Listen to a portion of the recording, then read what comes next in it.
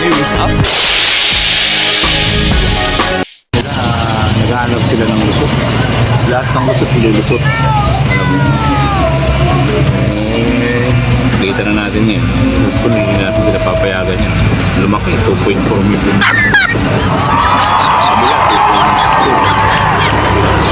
Sabi, 1.2 naman, 1.3 pala dito sa ibang sa pangatulong platform. Oh my God!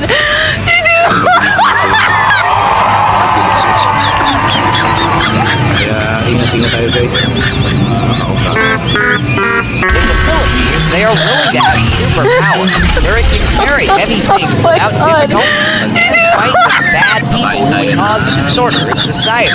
To defend those who are weak and helpless, the registered and licensed architect in the said country has supernatural, and they call it in the super architect. Oh my The God. said architect has a supernatural to them, which they call it in the Philippines, ermitan. The architect said he wants to fight for the contractor, who is not paying their obligation according to the contract. And the people work hard to Oh my finish the God. said project. Good morning sa inyo, mga kakonstruksyon. Ito naman, pag-uusapan natin yung kung paano tayo mababayaran sa pakyawan. Okay? Sa mga malalaking kontrata. Para hindi kayo naliligaw or tanong ng tanong. Bakit hindi kayo nabayaran? Sir, bakit? Bakit hindi kami nabayaran? Hindi na pwede yun.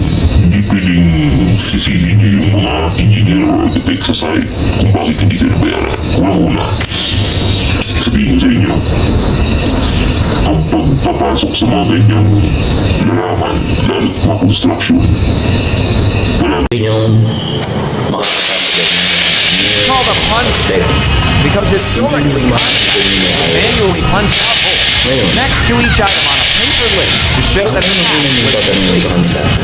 Kasi ang pagkakaalam nila dahil pumasok kayo as pakyawan or kontra is alam nyo na kung paano ang pakikipagkontrata.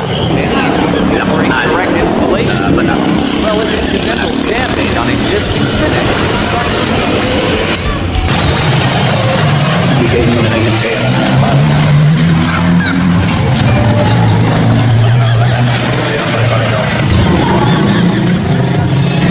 bibigay lang din ako, papatagalin pa.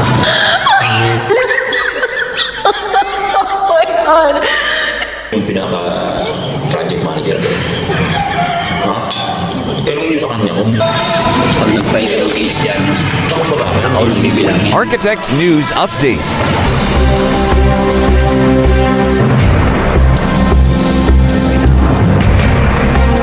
Subcon employee was threatened by the labor personnel for not getting their payment for the work done or accomplishment.